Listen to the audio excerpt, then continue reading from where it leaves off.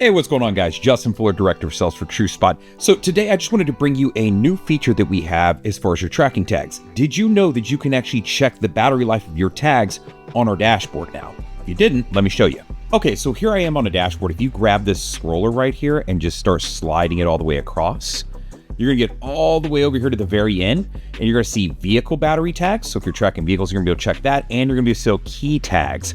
So understand here, you can view the battery life of all of your tags. What's even cooler about this is, if for the sake of this, they've got one that's low on their key tags. If I select it, it'll present me over to the right side and show me what that's assigned to. So I'm gonna turn the map off. This is assigned to a manual entry. So my assumption is this is probably a trade they took in that they assigned a tag to.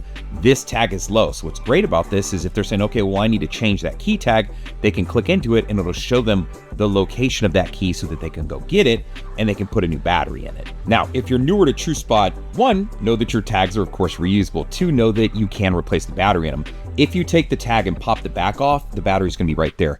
It is a CR2032. Chances are your parts department might already have these because they typically go in key fobs, but if not, you can pick up some of these on Amazon for super cheap. I want to say you can get like 50 to 100 for like 9 to 15 bucks. Hopefully this little tidbit helps you out. If you have any questions about the dashboard, the app, maybe you're newer and you'd like some additional training, feel free to reach out to me. You can give me a call, a text, an email. I'll throw all my info up at the end of this video. Feel free to reach out. Love to hear from you.